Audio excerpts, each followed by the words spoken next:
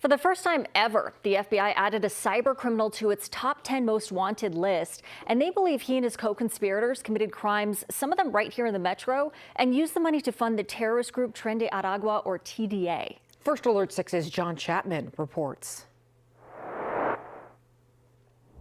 Anibal Alexander Aguirre, 49-year-old male, black hair, gray eyes, 5'5" to 5'7" tall, about 190 pounds. There's a $1 million reward for his arrest.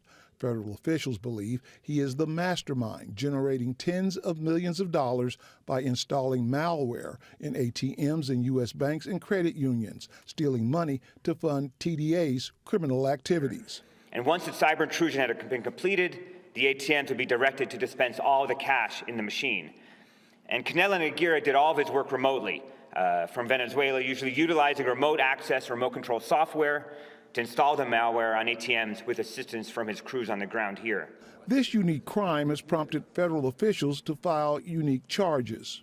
In this case, this individual, Mr. Aguirre, was charged with an offense that, to my knowledge, has not been charged anywhere nationally before, and specifically with material support based on a computer access crime that is unique to the facts of this case. The alleged crimes are believed to cost banks across the country tens of millions of dollars to fund TDA's terrorist activities. There have been arrests made. The last information from the U.S. Attorney's Office in the Nebraska district reveals there are 250 TDA individuals charged with various federal crimes across the country.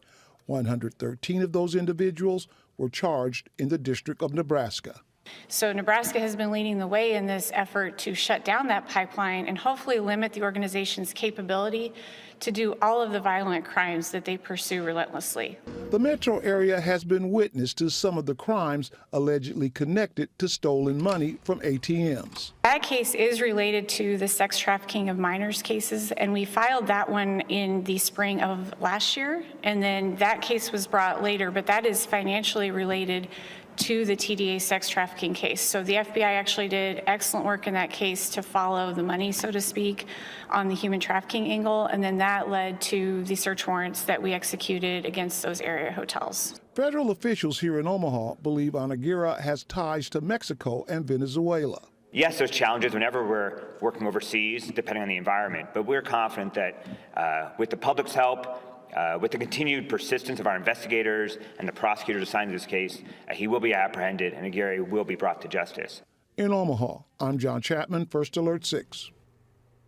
Aguirre is considered armed and dangerous. FBI officials are hoping the $1 million reward will spark interest around the world to help put him in jail. If you know anything, we have information on how to report it on our website and First Alert 6 app. A man charged